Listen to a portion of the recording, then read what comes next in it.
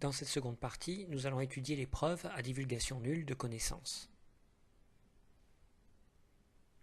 Le protocole d'authentification le plus simple consiste pour Alice à fournir son mot de passe à un vérificateur Bob. Les inconvénients de ce protocole sont la fuite d'informations. Bob connaît le mot de passe secret d'Alice et il peut ensuite se faire passer pour elle. Un espion Martin peut potentiellement intercepter ce mot de passe et aussi se faire passer pour Alice. Lorsque l'on met en œuvre un mécanisme de challenge response avec une clé partagée, le vérificateur Bob modifie le nonce qui est le challenge à chaque authentification. Alice prouve qu'elle a connaissance du secret en répondant correctement. Les inconvénients de ce protocole sont que Bob doit toujours connaître le secret d'Alice et donc il peut se faire passer pour elle. Même si le challenge est modifié à chaque itération, un espion Martin peut potentiellement collecter à terme suffisamment d'informations pour se faire passer pour Alice.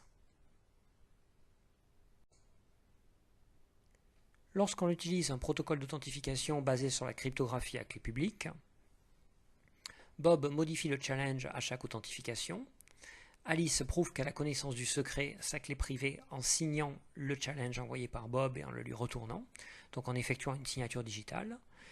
L'avantage est que ni Bob ni Martin n'ont connaissance du secret d'Alice, à savoir sa clé privée. Toutefois, même si le challenge est modifié à chaque itération, Bob ou Martin pourraient potentiellement collecter à terme suffisamment d'informations sur le secret d'Alice pour se faire passer pour elle, puisqu'ils accumulent en fait des signatures digitales d'Alice sur différents challenges. Peut-être qu'à terme, ceci révélerait de l'information sur la valeur de la clé privée. L'origine de la fuite d'informations tient au fait que les mots de passe et les clés de chiffrement sont les seules données numériques qui s'usent au fur et à mesure qu'on les utilise. Une répétition minimale des clés utilisées procure une plus grande résistance à la cryptanalyse. Le volume de trafic chiffré avec un même jeu de clés conditionne le niveau de sécurité atteint. Plus on réutilise une clé, plus le cryptanalyste a des chances de repérer un motif ou des répétitions qu'il pourra exploiter. Autre exemple intéressant, supposons qu'Alice connaît un secret qu'elle est prête à vendre à Bob, mais elle veut être payée avant de révéler le moindre élément d'information sur ce secret. Bob est prêt à acheter le secret d'Alice, mais il veut absolument être sûr qu'elle le connaît avant de payer quoi que ce soit. Pour résoudre ce problème, on a besoin d'un protocole de preuve à divulgation nulle de connaissances, en anglais Zero Knowledge Proof ou ZKP. Dans un protocole de preuve à divulgation nulle de connaissances, Alice veut pouvoir démontrer qu'elle connaît un secret mais sans en révéler aucun élément. Bob, appelé également le vérificateur ou quelquefois Victor, doit pouvoir vérifier qu'Alice a bien connaissance du secret, même s'il n'en acquiert aucun indice. La vérification se fait via un processus probabiliste. Bob peut s'assurer qu'Alice connaît le secret avec une probabilité aussi proche de 1 qu'il le souhaite. On utilise pour cela une démonstration interactive. On explique traditionnellement le principe des protocoles de preuve à divulgation nulle de connaissances en utilisant une caverne. Dans cette caverne, on a deux passages, le passage G ici et le passage D, qui ne semblent pas communiquer, mais en fait, pour la personne qui connaît le secret, à savoir le mot de passe, Sésame ouvre-toi, eh bien, à ce moment-là, le passage s'ouvre et la personne peut passer d'un côté à l'autre. Donc, ça c'est le secret d'Alice. La question est de savoir comment Alice peut convaincre Bob qu'elle connaît ce secret, mais sans révéler la phrase mot de passe. Voici le protocole de preuve. Alice s'engage dans la caverne en choisissant de se positionner au point G ou au point D. Donc elle se place sur l'un de ces deux points. À ce moment-là, quand elle est en place, Bob avance dans la caverne et il se place au point X. Il choisit alors aléatoirement, à pile ou face, via une pièce de monnaie par exemple, une pièce de monnaie parfaite, l'un des deux passages, G ou D. Bob annonce alors le résultat et il demande, selon la valeur pile ou face qui est sortie, il demande à Alice de sortir soit du côté gauche, soit du côté droit. Donc par exemple, dans le cas présent, il lui demande de sortir du côté droit. Donc si Alice est du bon côté, elle n'a rien à faire. Si elle est du mauvais côté, elle va devoir prononcer la phrase mot de passe à voix basse pour pouvoir passer de l'autre côté et sortir du côté droit comme lui demande Bob. Dans ce protocole, si Alice ne connaît pas le secret, elle ne pourrait sortir du bon côté qu'une fois sur deux en moyenne. Donc, en répétant le test Z fois de suite, Alice ne peut duper Bob qu'avec une probabilité de 1 sur 2 puissance Z. Donc si on fait 128 itérations ou 256 itérations, cette probabilité devient négligeable. Remarquons que dans un cas sur deux, Alice est déjà positionnée du bon côté, gauche ou droit, et donc elle n'a pas besoin d'utiliser son secret pour réussir l'épreuve imposée par Bob. Il est extrêmement important que Bob choisisse aléatoirement à chaque itération l'une des deux possibilités, c'est-à-dire le côté droit ou le côté gauche, afin que ce choix soit imprévisible pour Alice. Supposons que Bob filme le protocole complet avec ses Z itérations. Peut-il s'en servir pour convaincre un tiers qu'Alice connaît le secret? On appelle ce film une transcription du protocole. La réponse est non, parce que Alice et Bob sont peut-être des complices et peut-être qu'ils se sont mis d'accord préalablement sur la séquence gauche-droite que Bob va demander. Ou peut-être qu'il n'y a pas eu d'accord préalable, qu'Alice a échoué statistiquement lors de la moitié des itérations, mais que Bob a réalisé 2 fois plus d'itérations qu'il n'en montre, et peut-être qu'il n'a conservé que celles qui ont marché au montage. À l'issue d'un protocole de preuve à divulgation nulle de connaissances, Bob est convaincu qu'Alice connaît le secret, de façon probabiliste, aussi proche de 1 qu'il le souhaite, mais Bob ne pourra pas se faire passer pour Alice, autrement dit, il ne peut pas convaincre quelqu'un d'autre que lui connaît le secret. Mais Bob ne peut même pas convaincre quelqu'un d'autre, par exemple Charles, qu'Alice elle-même connaît le secret. Charles devra exécuter lui-même le protocole avec Alice s'il a besoin de s'en convaincre. Bob n'a rien appris qu'il ne connaissait déjà. Aucune information n'a été transférée d'Alice à Bob, sauf le fait qu'Alice connaît le secret. Ceci démontre que le protocole est à divulgation nulle de connaissances. Les propriétés recherchées dans un protocole de preuve sont la consistance et la solidité. La consistance ou completeness en anglais est le fait que si Alice et Bob respectent le protocole et qu'Alice connaît le secret, Bob en sera convaincu avec une probabilité aussi proche de 1 que souhaité s'il s'agit d'une preuve probabiliste. La solidité, ou soundness en anglais, est que le fait que si Alice est mal intentionnée et ne connaît pas le secret, elle ne pourra pas tromper Bob avec une probabilité aussi proche que 1 que souhaité pour un protocole probabiliste. Pour qu'un protocole de preuve soit à divulgation nulle de connaissances, il faut lui rajouter cette troisième propriété, à savoir le fait qu'il n'y a aucun apport d'information, le fait que si Alice connaît le secret, un vérificateur malveillant Bob n'apprend rien de plus que ce fait, même s'il ne respecte pas le protocole. Il n'a aucun moyen d'extraire de l'information d'Alice et il n'obtient aucune information supplémentaire qu'il ne connaissait déjà sans l'apport du fournisseur de preuves.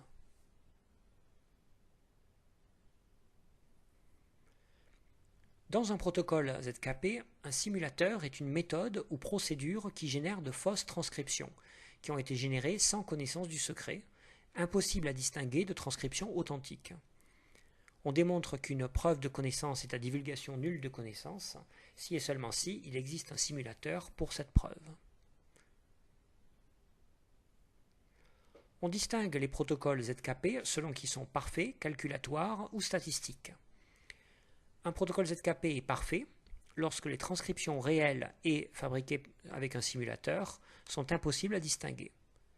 Un protocole ZKP est calculatoire lorsqu'aucun algorithme efficace en temps polynomial ne peut distinguer les transcriptions réelles et simulées. Accessoirement, on dit qu'il est statistique lorsque les distributions de probabilité entre les transcriptions réelles et simulées sont proches et que leur différence est négligeable statistiquement. Étudions un premier exemple de protocole de preuve à divulgation nulle de connaissances, celui basé sur les isomorphismes de graphes. Démontrer que deux graphes G0 et G1 sont isomorphes est un problème NP complet. C'est un problème réputé difficile. En effet, une approche naïve qui consiste à tester toutes les permutations du graphe G0 entraîne n factoriel tests différents. Et donc c'est un problème qui a une complexité factorielle dans sa résolution par force brute. Le secret d'Alice consiste dans le fait qu'elle connaît, elle, la permutation sigma, qui permet de passer de G0 à G1. Autrement dit, elle connaît la permutation des sommets de G0 qui donne le graphe G1. Alors comment est-ce qu'Alice a calculé cette permutation? Elle ne l'a pas calculé puisque c'est un problème qui est NP complet. En fait, Alice a généré le graphe G0, ensuite elle a choisi la permutation, et en permutant donc les sommets de G0, c'est comme ça qu'elle a construit G1. Et ensuite elle publie G0 et G1, et elle garde secret la permutation sigma. Donc Alice connaît le secret, elle s'est démontré que G0 et G1 sont isomorphes. Son secret est une permutation sigma qui permet de passer de G0 à G1. La contrainte donc est de lui permettre de prouver qu'elle connaît bien le secret, qu'elle connaît sigma, mais évidemment sans jamais révéler sigma. Voici comment fonctionnent les itérations de ce protocole de preuve. G0 et G1 sont publics, il est indiqué que ce sont les deux graphes d'Alice, et que son secret est la permutation qui permet de passer de l'un à l'autre, qu'elle est la seule à connaître. Dans chaque itération du protocole de preuve, Alice va permuter aléatoirement, en temps polynomial, le graphe G0, ou bien le graphe G1 d'ailleurs, en un graphe H, qui sera donc la permutation de G0 via une permutation ρ. Alice s'engage, autrement dit, en anglais on dit qu'elle se commit sur H, en envoyant à Bob ce nouveau graphe qui est à usage unique. À ce moment-là, Bob choisit aléatoirement pile ou face, donc epsilon égale 0 ou epsilon égale 1, et il demande à Alice de lui prouver que H est bien isomorphe à G indice epsilon, c'est-à-dire G0 ou G1 en fonction de ce qu'il a choisi pile ou face. Donc Alice prend par exemple le graphe G0, elle le permute via une permutation ρ dans un graphe H, graphe qui a usage unique. Si Bob choisit de demander à Alice de révéler la permutation entre G0 et H, eh bien Alice a simplement à lui révéler ρ, ou bien ρ-1 pour passer dans le sens inverse.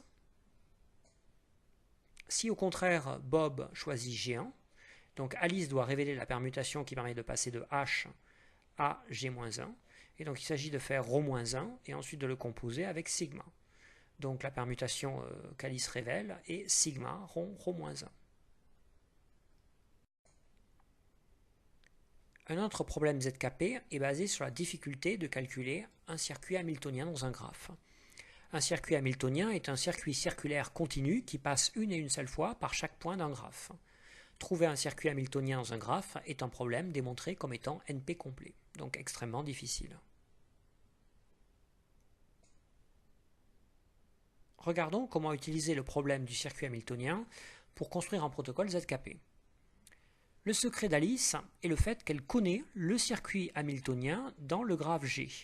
Donc voici un exemple de circuit hamiltonien en bleu qui passe une et une seule fois par chaque point, chaque nœud du graphe.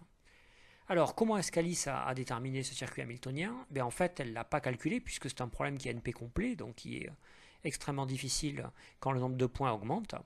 Donc en fait, Alice a commencé par dessiner le circuit hamiltonien pour générer le graphe G, et ensuite elle l'a complété en rajoutant des arêtes qui ne servent à rien. Et donc ensuite elle a publié le graphe G.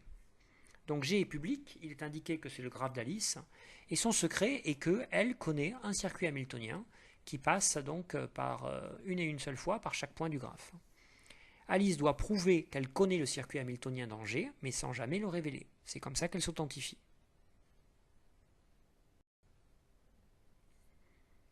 Voici une itération du protocole de preuve.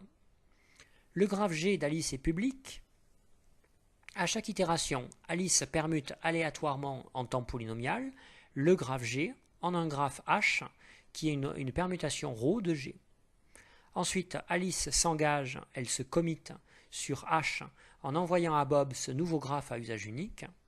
Bob choisit aléatoirement epsilon égale 0 ou 1, pile ou face, et selon la valeur, il demande à Alice, si epsilon égale 0, de lui démontrer qu'H est bien isomorphe à G en lui révélant la permutation ρ, ou au contraire, si epsilon égale 1, de lui révéler le circuit hamiltonien dans H. Donc à chaque itération, Alice permute son graphe G dans un graphe H à usage unique, donc via une permutation ρ, et elle envoie H.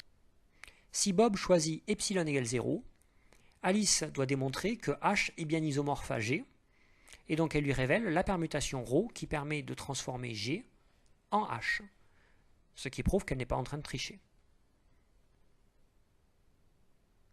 Si au contraire Bob choisit epsilon égale 1, Alice révèle le circuit hamiltonien dans H, et pour ça elle le calcule en prenant son secret, le circuit hamiltonien dans G, et elle le permute via la permutation ρ, ce qui lui donne un circuit hamiltonien dans H. À partir du moment où Bob connaît le circuit hamiltonien dans H, il ne peut pas calculer le circuit hamiltonien dans G, parce qu'il faudrait pour ça qu'il trouve une permutation qui permette de passer de H à G, et ça c'est résoudre le problème d'isomorphisme de graphe, qui est également un problème NP complet, donc qui est un problème aussi difficile que de calculer directement un circuit hamiltonien dans G directement. Transmettre des graphes à travers un réseau pour s'authentifier n'est pas très pratique. Donc en pratique, les protocoles ZKP que l'on utilise sont plutôt basés sur l'algorithme de Fej-Fiat-Shamir, qui est encore basé sur des congruences modulo n. Donc plus précisément, il est basé sur la difficulté de calculer une racine carrée d'un résidu quadratique, autrement dit d'un carré modulo n. En effet, les algorithmes connus nécessitent de factoriser n préalablement à l'heure actuelle pour pouvoir faire le calcul comme on le verra. Donc on prend n égale pq, n est un nombre de 1024 bits, produit de deux nombres premiers p et q distincts. S est le secret d'Alice.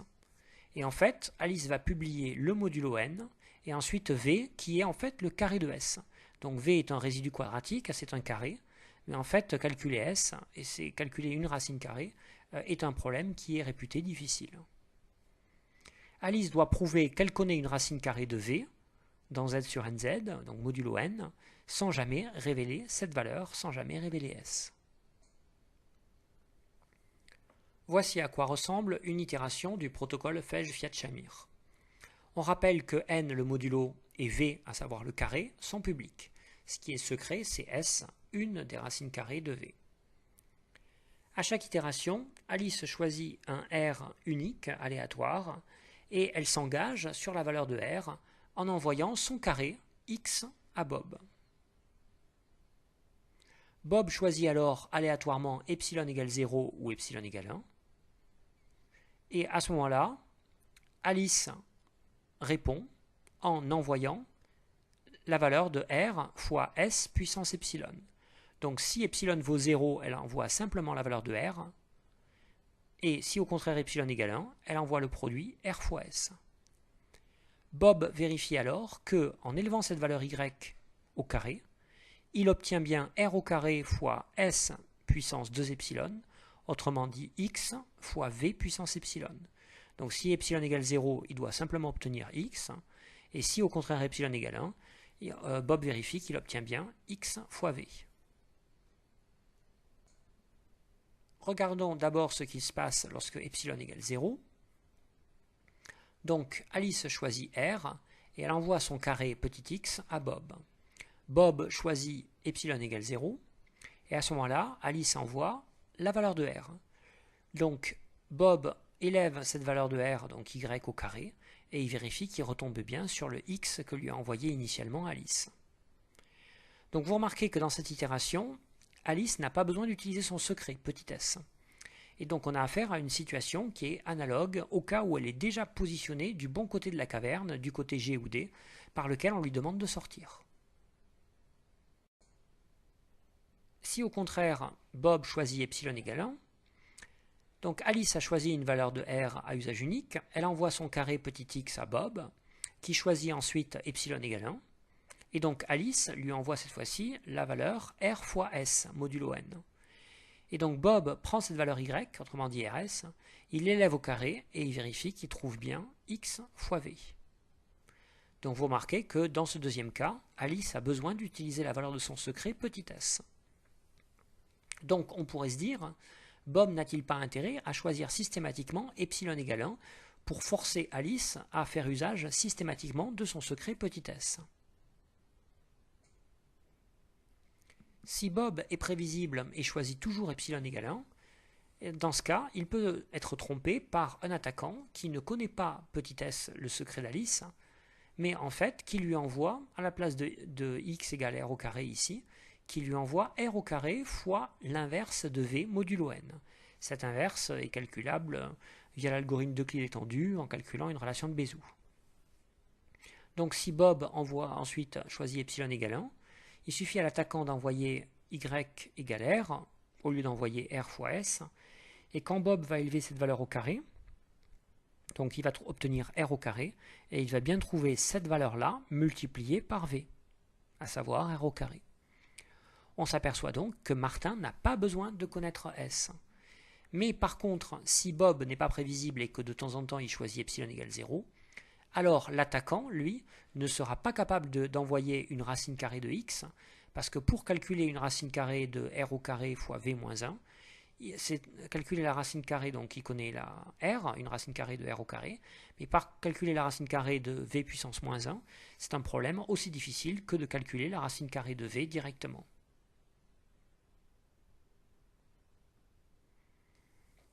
Voici un exemple numérique d'itération Fej-Fiat-Shamir avec des nombres qui sont évidemment trop petits pour conférer une quelconque sécurité, mais qui permettent de faire les calculs. Donc prenons P et Q, deux nombres premiers distincts, n le produit PQ qui vaut cette valeur. Prenons une valeur de S quelconque modulo n, donc voici la valeur que j'ai choisie. Ensuite j'élève S au carré, et donc j'obtiens modulo n la valeur 820 718, qui est publique, comme la valeur de n d'ailleurs. S est le secret d'Alice, V et n sont publics. Pour cette itération, Alice choisit la valeur R égale 598 993. Et elle envoie le carré de R, que l'on calcule et qui fait 462 489, à Bob. Si Bob choisit epsilon égale 0, alors Alice doit envoyer la valeur de R, et donc Bob vérifie qu'effectivement, en élevant R au carré, on trouve bien la valeur de x modulo n. Si au contraire, Bob choisit epsilon égale 1, Alice envoie une valeur y' qui est en fait le produit de R et de S, à savoir lorsqu'on le calcule 490 376, et Bob élève cette valeur au carré, et il vérifie bien que 392 245 est bien égal au produit de x et de v. Pourquoi Alice doit-elle choisir une valeur distincte de R et unique à chaque itération? Autrement dit, ne jamais réutiliser une deuxième fois une valeur de R. Eh bien, parce qu'en fait, si elle utilise deux fois pour deux itérations distinctes la même valeur de R, si le vérificateur Bob lui demande une fois epsilon égale 0 et une fois epsilon égale 1, Alice va devoir lui envoyer la valeur de R et la valeur du produit RS. Et donc à ce moment-là, il est possible de calculer R-1 via une relation de Bézout entre R et N, via l'algorithme d'Euclide étendu, et en multipliant R-1 ici fois RS, de trouver la valeur de S. Donc il est extrêmement important que le R soit vraiment à usage unique et ne soit jamais réutilisé, mais heureusement, le choix de R est sous le contrôle d'Alice dans les protocoles ZKP. Donc ce qui est caractéristique de ces protocoles, c'est qu'on limite vraiment la marge de manœuvre de Bob à un simple choix binaire entre epsilon égale 0 ou epsilon égale 1. Les possibilités pour Bob d'influer, on va dire, sur le protocole ou de tenter d'extraire de l'information d'Alice sont extrêmement limitées. Pour l'anecdote, et même si ce n'est pas nécessaire pour le protocole ZKP que l'on vient de voir, j'ai indiqué que le calcul des racines carrées de résidus quadratiques nécessitait à l'heure actuelle la connaissance de la factorisation P et Q de n pour pouvoir calculer les 4 racines carrées. Alors regardons comment ça se fait, même si encore une fois ceci n'est pas nécessaire. Donc pour résoudre en fait S au carré est congru à V modulo PQ, avec P et Q deux nombres premiers distincts, donc P et Q sont premiers entre eux, eh bien on a besoin de résoudre cette équation et de trouver les valeurs de S, sachant qu'on fournit les valeurs de V, de P et de Q. Donc résoudre S au carré congru à V modulo PQ, en fait c'est équivalent au système suivant, donc résoudre S au carré est congru à V modulo P, et S au carré est congru à V modulo Q. Donc pour passer dans cette forme qui est soluble, c'est ça en fait l'astuce où on a besoin de factoriser n en ses facteurs premiers P et Q. Donc pourquoi est-ce qu'encore une fois ce système de congruence est plus facile à résoudre que ça? Eh bien parce qu'ici P et Q sont des nombres premiers, donc on travaille dans des corps, et donc on a des propriétés additionnelles. Et si en plus P et Q sont premiers et congrus à 3 modulo 4, alors Legendre a démontré que si des racines existent, elle vérifie les équations suivantes. Et donc la valeur de S est égale à plus ou moins V puissance P-1 sur 4 modulo P. Donc ici on a bien une puissance entière, puisque P est congru à 3 modulo 4. Donc ici on a un nombre qui est un multiple de 4, divisé par 4, on a bien un entier. Donc il y a évidemment 2 racines carrées modulo P, la positive et la négative, 2 racines carrées modulo Q, et c'est pour ça qu'en combinant les deux solutions via le théorème des restes chinois, on va typiquement trouver 4 racines carrées S, 4 valeurs de S possibles, certaines pouvant être des racines doubles, et donc on peut en avoir moins lorsqu'il y a des racines confondues. Dans le cas présent, donc en appliquant les formules de Legendre, numériquement, sur l'exemple précédent, on trouve que S vaut plus ou moins 46 modulo 727 et plus ou moins 119 modulo 1303. Il nous reste alors à calculer une relation de Bézout entre P et Q via l'algorithme d'Euclide étendu. Donc on trouve moins 233P moins 130Q égale 1. Et puis il reste à résoudre le système de congruence via le théorème des restes chinois. La solution S vaut ceci.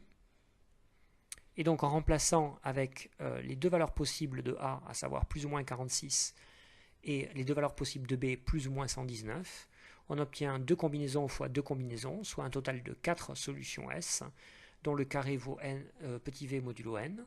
Et donc on trouve les 4 valeurs possibles de S, et parmi ces 4 valeurs, il y a bien la solution que l'on avait choisie initialement.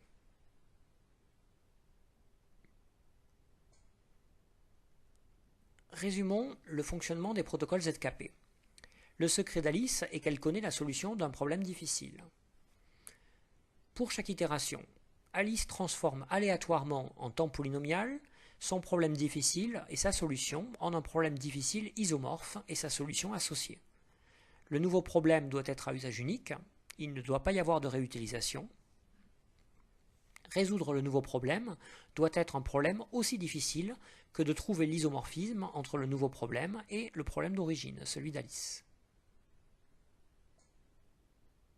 Ensuite, Alice s'engage sur le nouveau problème en le révélant à Bob.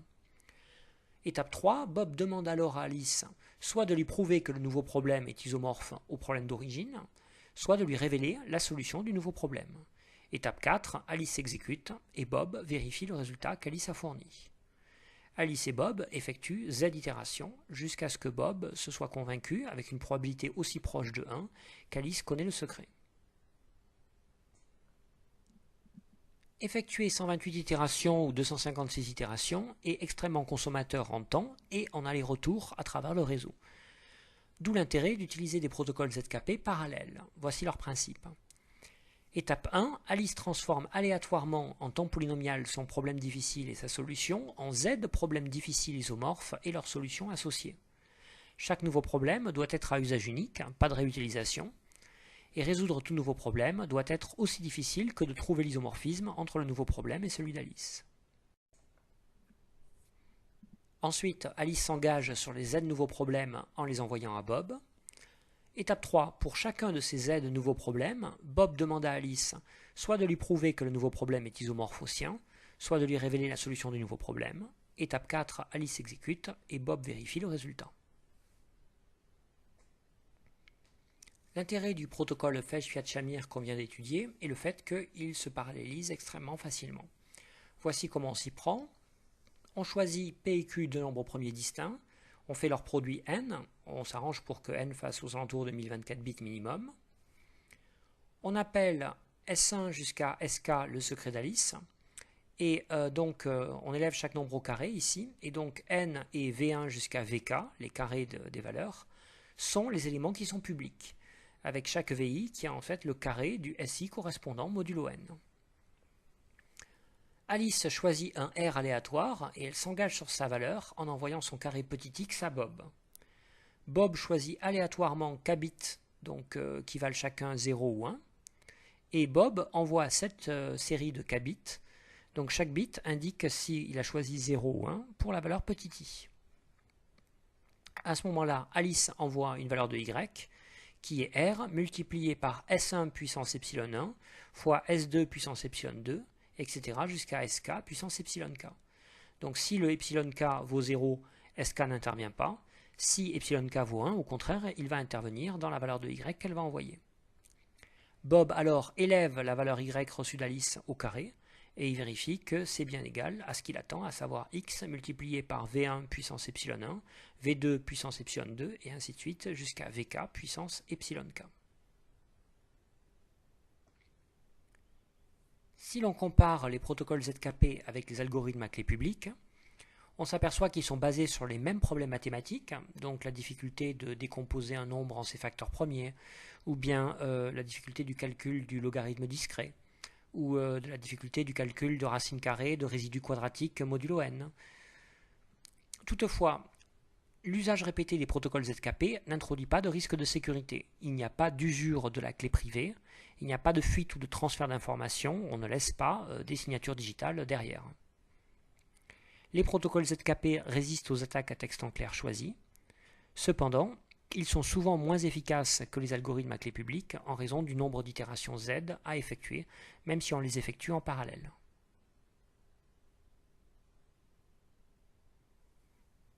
En conclusion, on a vu les différents critères de choix d'un protocole d'authentification.